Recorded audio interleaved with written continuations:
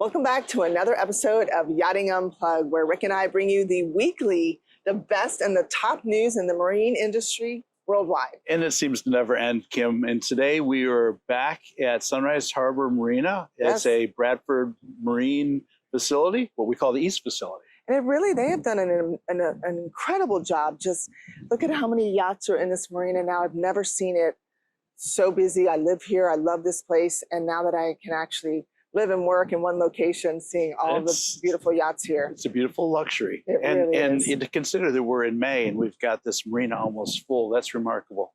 Right. Well, I'm a little tired. I came back from Washington this week. It was a very successful, It was a very successful trip. I joined the National Marine Manufacturers Association.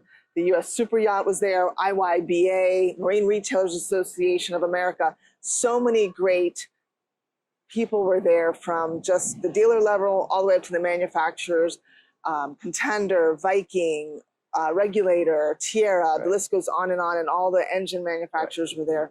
So everyone was there representing. What were you doing up there, Kim? This is interesting. I think our audience ought to be aware of why we were in D.C. this past week. I wasn't, you were, but what's going on up there? What's the significance of this? Well, the American Boating Congress basically has been happening for quite some time. Not sure how many years it's actually been going on. It was my first, as well as 24 other people showed up for the first time. There's probably about 300-400 people, if not more, there. And we all go to Washington really to fight for the marine industry. Right. And we bring our voices together, and we break up into different groups. And together we learned on the second day about all the issues that obviously we're there for, bring us up to date on the industry. And then on the third day we go to the Hill, and we really were meeting with everyone individually from our districts. But mostly I can say that it was a very successful. We talked about tariffs, big thing, and how that's impacting our industry, both here in America and internationally. Yeah, that's real. Yeah, we talked about the Sport Fish Fund and how it's so important. It was actually, I'm going to read it to you guys so that you can understand. It's the Sport Fish Restoration Fund, and that actually funds. It's a self-funded, if you will. It's a fund that we use in the industry, from taxes within our products and things that feed into the fund that supports FWC, the Coast Guard,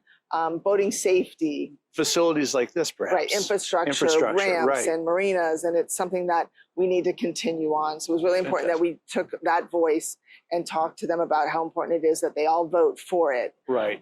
Topics like the speed limit issue in the in the Atlantic Ocean, that trying to protect the right whales. That's also how things have been changed and affected on policy, right? No, absolutely. That was a big voice. I know a lot of the politicians had heard our voice. Viking's and the Healy family, Joe Niebuhr from Contender, the list goes on and on. They were there. They were at the White House, actually. Love it. Fighting for us, which was great. We talked about alternative fuels and what that looks like for our industry to sustain our industry. That's really, and we're going to talk a little bit about that later in this show with a new boat that's being delivered right now while we're speaking, that has some really cool alternative and zero emission design that's built into it. The maritime industry, close to $500 billion economic impact. Yes. What is the recreational part of that look like? It looks about $230 billion in recreational, in regards to the revenue that we bring in here in America, about 820,000 jobs. Wow. So $250 billion, that's a fun number to play with. I know, right? Right. $250 billion is the recreational industry in the United States, which this is what we're all part of, right? Absolutely. This is how you and I make our income, and how we've been able to kind of grow in this world. And it's important that we have a voice up in D.C. Right, couldn't agree more. We talked about one thing that is up and coming is the U.S. flag versus international flag vessels, and how we can, very similar to the sales tax, say that a few times, sales tax cap of Rick Scott, Governor Scott in his day. That was something that was passed, brought business back here, boats registered here in America, or in Florida, I should say, $18,000 cap. Love that. And thank you to everyone that was involved in that. I know I was one of them. But we need to bring foreign vessels back to America and really encourage them to register here Right. and have crew and have the same luxuries that you have internationally here. So that's something. So we have issues with the Jones Act that has to be dealt with, and that's a I don't want to call it antiquated, that came into play for a good purpose to protect shipbuilding here in the United States and protect our economic interests. But our economic interest in the recreational space is a little different. And I think that's where, we can look at potentially seeing modifications to that to help that happen. Yeah. Well, looking for, positive things that come out of the American Boating Congress, but I do want to speak to everyone that did not attend. I know you're going to come next year. I intend everyone to, yes. Everyone needs to really help out. And if you're complaining about what's going on, get to Washington and speak your voice. Yeah, have your voice heard. That's what it's all about. But participation in our government. The NMMA, the National Marine Manufacturers Association, all the manufacturers that were there, and everyone, thank you, all the sponsors. We couldn't have done it without you. Yeah, no, that was brilliant. I saw a lot of my friends from the USSA that were up there. Kudos to you guys. Good job. Yep. Well, what's hot in the news right now? I tell you what, it's Bayesian. Oh, the sailing at Bayesian. Bayesian that actually had the terrible tragedy in August of last year. Yes. That report finally hit the wire. Well, part of it did. That's the report that came out of the UK. And I have to kind of preface this, and there's a cautionary tale here. Nobody has seen the stricken vessel. It is still at the bottom of the ocean. The Italian government has not allowed anybody onto that site.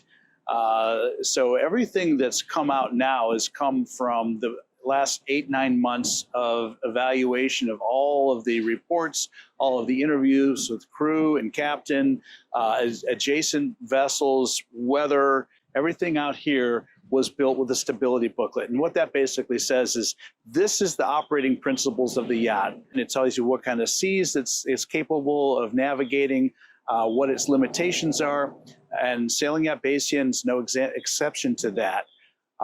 So there's a lot of people talking about whether or not this is a bad hull design, bad yacht design. I'd be quick to point out, not necessarily. Perini Navi built a series of these boats, I think close to 20. Alloy Yachts down in New Zealand also built the same design. I think they had 14 of these sailing yachts built. So there's a fleet of these boats, but Bayesian had one thing that was unique compared to all the rest of them. Yeah. She had the tallest stick in the fleet. Her mast was the world's tallest mast in aluminium for that type of a vessel. And that is a contributing factor here, because there's a lot of mass of that mast up high. Right. And also have to understand, sailing vessels are not like these here. They got a round bottom with a retractable keel. This one does, so that they can go into shallower waters. But when they're underway, that's where their stability is really found. That's where these boats' stability is found, when they're moving through the water. It's like riding a bike, if you will. Thank you. Right. That's exactly what it is. When you're on your bike and you're moving, you're pretty stable. What happens when you come to a stop? Right. Normally put your foot down, right? Right. You're not going to keep both feet on the pedals because you've lost your stability. And so when you're on the hook, you are somewhat vulnerable. So what's come out of here is that this boat, unlike a lot of sailboats that can go over more than 90 degrees, sometimes as much as 130 degrees, and then find their righting moment and come back up. This boat was limited based on their calculations in the stability booklet to 90 degrees. Actually, I take that back, walk that back, not 90 degrees, 70 degrees, which is significant, because 90 degrees would put the stick, the mast, in the water. 70 degrees keeps her slightly out of the water. And there are those who are evaluating what's been reported and saying maybe even less is what this boat could handle. So it was just an unfortunate situation. There was, how many guests were on board total? I believe there was like total people on board was close to 21. And so 7 people lost their life. Six guests and 1 crew. The chef that lost his life, and recently he filed, or the family of the chef filed a lawsuit, but the 6 guests perished as well. Right. But the wind was crazy. It basically went from 8 knots to 70 knots in how many minutes? It was incredible. Everything happened within a span of less than 20 minutes. And so what I like to focus on is, I don't think there's anything necessarily wrong with the yacht itself. I think there's a fleet of them out there that bear that out. I know Perini Navi, the builder of that yacht, they build a great boat. Yes. you know, the president of the Italian Sea Group basically said, yeah, she's unsinkable. Well, they said that about the Titanic. Be careful anytime you say anything like that. Right. But, you know, she was a well-built yacht. I'm certain of that. And I'm also certain that crew fought her valiantly at the end, trying to save her or trying to save lives. There was a lot of, if you hit up YouTube, go to YouTube and Google it, the Bayesian yacht sinking, or it's just everywhere right now. It's everywhere, but they really have a great play-by-play, a recreation of what happened, and it's really incredible how quickly it happened, over 8 minutes, talking about the guests, when they woke up. But the key factor here is that there was a person on duty at that time that probably might have been a relatively new employee or inexperienced or didn't have that length of time to know to wake people up sooner. Well, yeah, not to listen, we don't want to throw anybody into the bus here. Things are so dynamic. For sure, no. And yet, I think what your point is quite valid, Kim. We hire crew for these large vessels, and we have a demographic to pick and choose from. And there's always what's called green crew and new crew. That's how crew come on and get their bearings and learn the trade and the craft. But when you decide who you're going to put on watch, you being the captain, you being the master of the vessel, need to be aware of the limitations of the crew that you have. So the captain had asked to be woken if conditions got to a certain point, winds over 20 knots, if the anchor is dragging. Well, ultimately, it's shown that the anchor dragged over 400 meters. That's more than 4 football fields in a matter of 15 minutes. That's profound. An adjacent vessel also anchored in the same area, also drag anchor the same distance, parallel. The bottom line is the captain did not come to the wheelhouse in time to really be effective. The watch crew should have likely alerted the vessel when they saw the thunderstorm coming in sooner than they did. That would have allowed a little more time. The chief engineer did get up because he felt the boat moving, so his experience kicked in. He fired up the generators, he got the steering system online, he went up to the wheelhouse to get everything ready to move.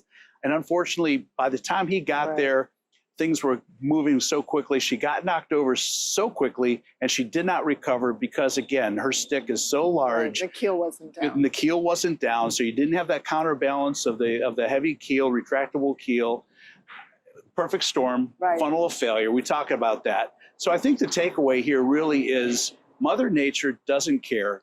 You know, she's heartless when it comes to being on the ocean. So it's up to us to look at all of the potential risks and figure out how we mitigate those risks best we can. And I believe the crew, under the circumstances when this happened, did the absolutely best they can. There's no criticism from us in regards to how the crew fought that boat when she started foundering.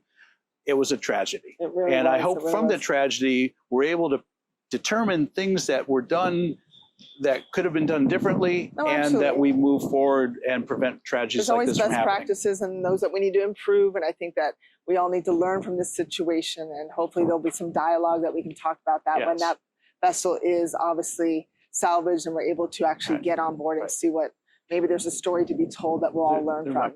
And unfortunately, the fatalities didn't end last August with the sinking. It's unfortunate. This week. I come from the commercial diving field. I worked 4 years in commercial diving, offshore diving in Louisiana. I know a little bit about what I talk about here.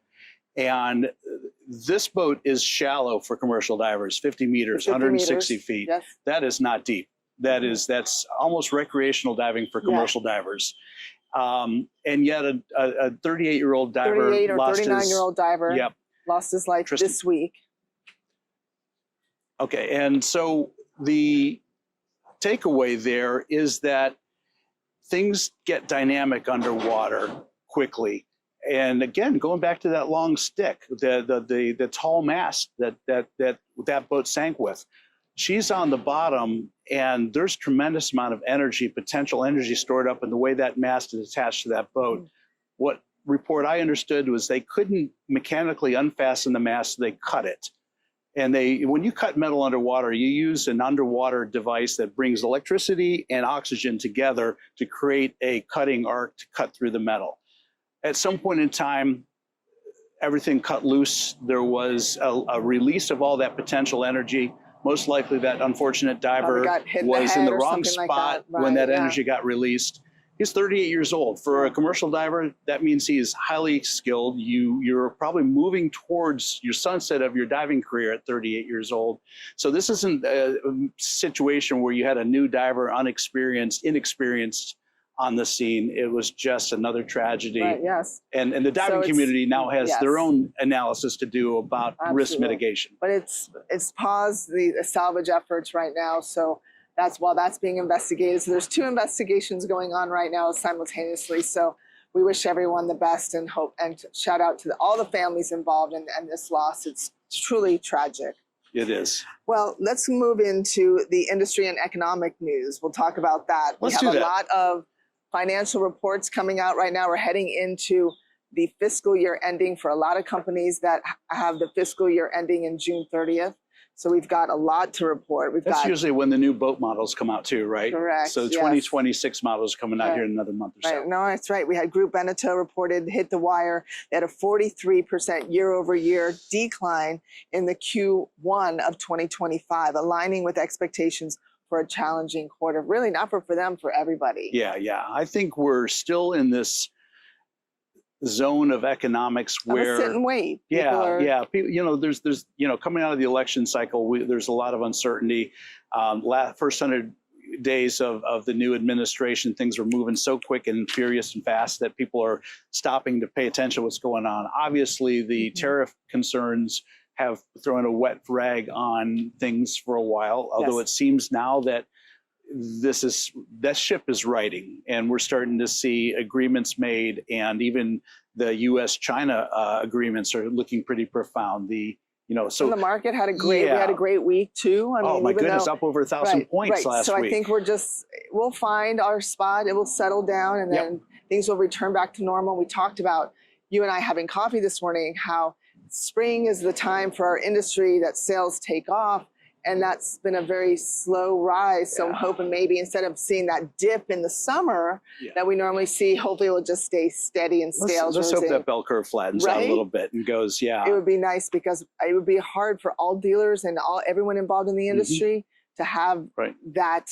We're missing that season that really we all look forward to. Well, the other side of the coin is, Malibu Boats had a 12.4% increase. Right, I saw that. So there's something good going on there. And you were talking to Pat Healy today, right? I was. I spoke with him this morning, and turns out that they have some really exciting news. Their new 54 Valhalla. 55, right. Is actually in the final stages. Sea trialed it. I can't give you the news. I don't want to spill, but the numbers are great, and a lot of people on board, and it would really perform That performance curve is looking good. It really is. And that boat will be announced at their dealer meeting in June in New Gretton, New Jersey. Atlantic City, actually. Oh, it's Atlantic City? Yeah. Okay, thank you for the clarification. But the boat can be seen in New Gretton after it's back, and then ultimately debuted at the Fort Lauderdale Boat Show. I'm excited to get on that. So, when you see new product being brought out, particularly something as profound as a 55-foot sport yacht, that tells you that there is a lot of optimism looking into the future as to what we've got to look forward to. And so, I temper the bad news with some good news and say, hey, look at this. Things are going to move in a good direction. I always do. Right. And they've had a great run, Viking, and now 61 years, and then Valhalla comes out, and they've done 900 boats in 5 years, which is pretty crazy. Those numbers speak for themselves. All right, let's get back to the numbers. Yamaha announced only a 1.2 decrease in Q1 2025. Which means they're flat. I think that's a win. That's a win. That's a win. Absolutely. Absolutely. I think that's great. And again, Mastercraft, which has been my brother-in-law's a world-renowned and Hall of Fame water skier, Peter Fleck. We talk water skiing all the time. They're seeing a big decrease in that market. Why is that? It's just the cost of ownership is really that segment is not used to that $300,000 to $400,000 ski boat. They're getting that pricey, are they? I've seen some that high, wow. Yes. So that can be up there, $200,000 to $400,000, if not more. Malibu reported up, Mastercraft down 9.5% in the Q3 of 2025, totaling $76 million compared to the same quarter last year. So Kim, you started out talking to your friend and mine, Pat Healy. Great way to start the Saturday morning. I talked to my good friend Ted McCumber, who is the president of FedShip USA this morning. Right. And they just today brought Motor Yacht Valor out of their shed in Aalsmeer, Holland. Isn't it like 100 meters? Or 80 meters. 80 meters, okay. But what's cool about Valor is, first of all, she's built for, as he puts it, a very enthusiastic American client. I love Ted in the way he describes it, but I'm sure this client really is.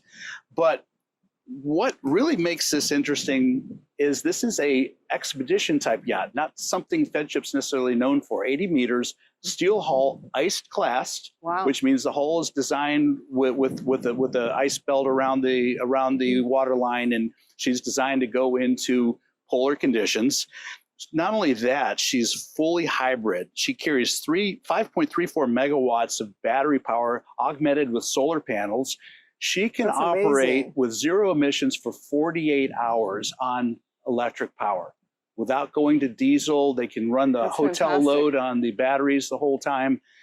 That's where we're going with our technologies right now. And FedShip is bringing this out. So, I just want to say, bravo to you guys. Yes. And that's exactly what we talked about at the American Boating Congress. It would be great to see some of the major manufacturers, some of the mega yacht, people there as well, to talk about what they're doing as well, because it really is truly innovative. It also highlights something else too that we really want to pay attention to and recognize. Because I keep talking about building boats in America. I get the reasons why so many of these boats are built in Europe, typically Northern Europe. The American client represents anywhere from 64 to 75% of all of the yacht sales made in the large yacht market. So FedShip, it's about 65% of their clients are American. Dahmen, Amels, according to Rose Dahmen, it's over 74%. Over 74% of their clients are American. So our American economy is lifting up the shipbuilding, yacht building economy in Europe, and we should just be proud and be aware of that. Well, let's be aware of that and thank them, for everything they're doing. Yep. Hopefully we'll come to an agreement with the tariffs, and we'll try to all coexist together. Absolutely. Because it's so important. If our people are speaking that they want maybe an international brand, then efforts need to be made that we work together to keep our industry strong. Agreed. All right, Marine Max, thank you for appointing Dale Hardison as General Manager for your Pompano and Dania locations, bringing over 2 years experience from their Lake of the Ozarks store. I look forward to working with Dale. We do a lot of work with Marine Max locally. And Azimut Yachts is in my wheelhouse there. Yes. Andrea Antici has been named as General Manager of the Yacht Division effective May 12th. Good job, Andrea, and welcome to that next part of your career. Welcome, and we wish you only the best of luck. There is a huge global walk going on, the Women's Walk. Right? I don't need a reason. I walk 15,000 steps minimum a day. So if you are, looking to get in shape, maybe this is a reason. Get your shoes on, lace up, and walk. It's really an initiative for women in the marine industry, encouraging participants to walk 5 kilometers and share their experiences using Global Women's Walk 2025. I like it. So I'm going to do another walk today and tomorrow. I think the 18th, and was what, Monday? Yep. So get your shoes on, lace up, and don't forget Global Women's Walk 2025. Right. And you don't have to be a woman to do this. I have to tell you that I walk 4.5 miles every morning as a routine, and encourage anybody that wants to just bring health into your lifestyle. Walking is a great way to get out there and do exactly that. No, I agree. All right, let's talk about exciting stuff. New yachts that hit the market. Yeah, there's quite a few. Yes. Again, these are bigger yachts, most of them coming out of Europe, most of them for American owners, if not all. But what's that tell us about our boating economy and where things are going right now?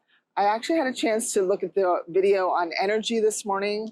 I thought that was a really cool yacht that's hit the market. That is I'm trying to think, you probably know better than me. Energy has hit the market. FedShip Super Yacht 1 has actually sold. Right. That one sold at 75 meters, recently delivered and sold through FedShip Resale and Burgess. Right. One of the coolest FedShips I've ever been on. And again, I harken back to my friend Ted McCumber, who is the commissioning, delivery, and first captain of this boat, Savannah. One of their first fully hybrid yachts. That just sold. Gorgeous. I know. I think that's iconic, and that's so cool. So, here we go. The life cycle of these boats continues, and good job on the selling of Savannah. Really cool boat. Then we had Fantasia. Fantasia. The length 50 meters, sold and renamed to Mind Games. That was recently sold. Yep.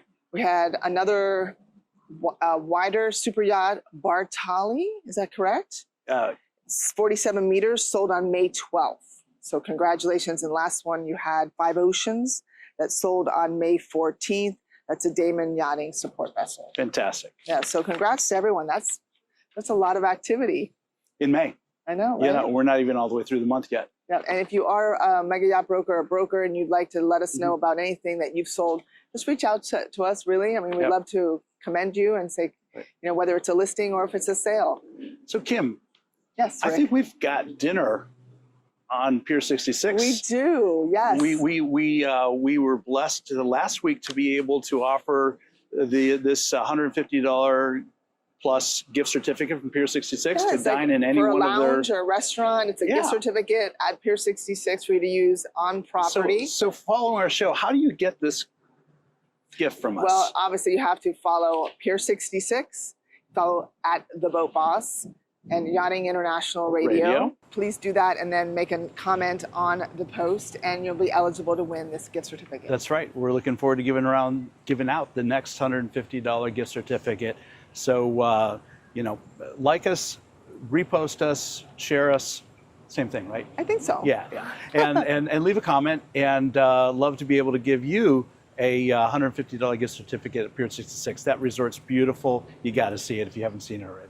Yeah, so let's talk boat shows. What happens in the pond? Now across the pond, we're coming into boat show season. Let's talk about what's up and coming. Well, I know they just wrapped up the Palma Yacht Show. Understand that was a pretty resounding success. Yes. It was well attended, and our network, Yachting International Radio, was the official podcast provider for that show. So good on that. But yeah, I think there's a show starting next week up in the UK. It's eluding me right now. I'm embarrassed to say, but it's okay. It's happening. We know. We all have moments. Of senior moments, right? But there's a lot of shows. We're coming into the boat show. Obviously, we've got summer coming, and then we roll right into boat show season.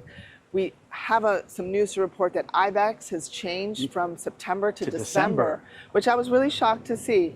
But we'll see where that goes. Not this year. It's 2027. 2027. So there might be time to maybe tweak that a little bit. Well, there's a lot of calendars and schedules that need to be adjusted for that. They're doing that because of hurricane season. I see. Which is interesting because I grew up in the Tampa Bay area. That's where the show is. And in all the years I lived there, it was really rare to get a late season storm in the Tampa Bay area. They come out of the Gulf usually earlier.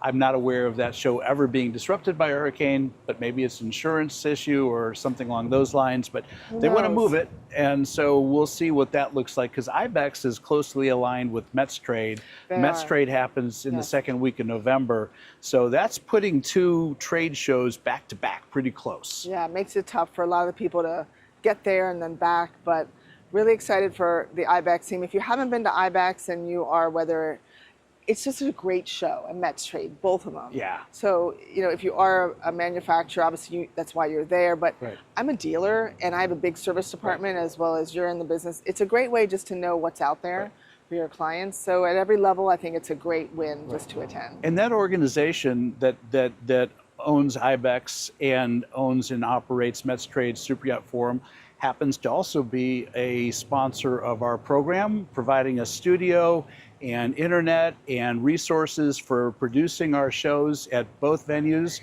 Yes. You'll be at Mets Trade again this year. Yeah, for the first time. For the first time, yeah, I've never ever been before, so I'm excited you'll be blown about away. that. It's amazing.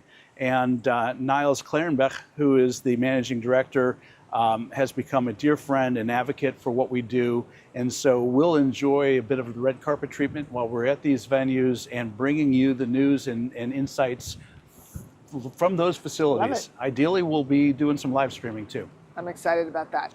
Speaking of sponsors, we have Liquid Yachtwear to thank for coming on as our apparel sponsor, I believe, and some merchandise agreements that we're working on. Thank you guys. We appreciate that. Yeah, we'll be doing more with Liquid, and there's some events coming up where I'm looking forward to showing off some of the Liquid Yachtwear that we'll be wearing, and giving you our insights as to the quality of the apparel and what it's like to deal with this company.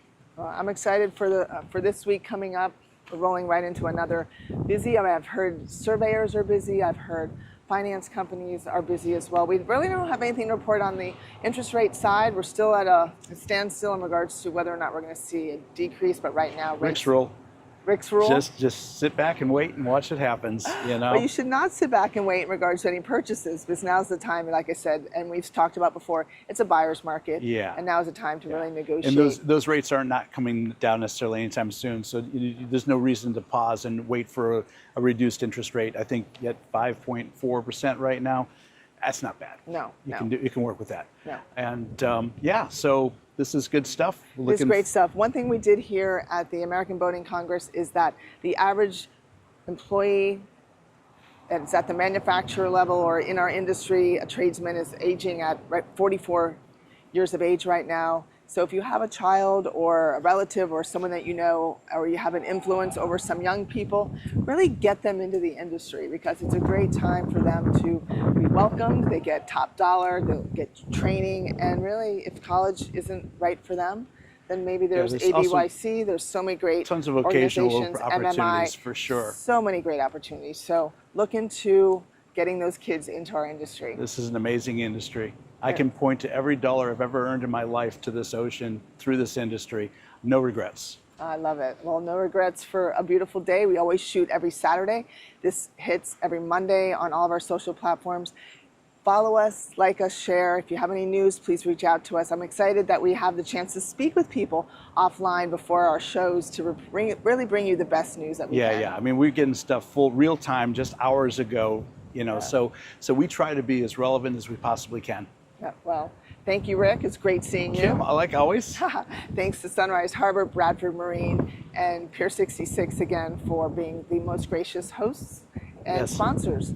Fantastic. Look forward to a great week. Yes, and whether you live, work, or play on the water, don't forget to always get on the water, because whether it's the blue mind approach that you get, that peace of mind, or it's your career, whether you live on it, own it, just get on the water. Yes, and thank you. All right, guys. Have a great week.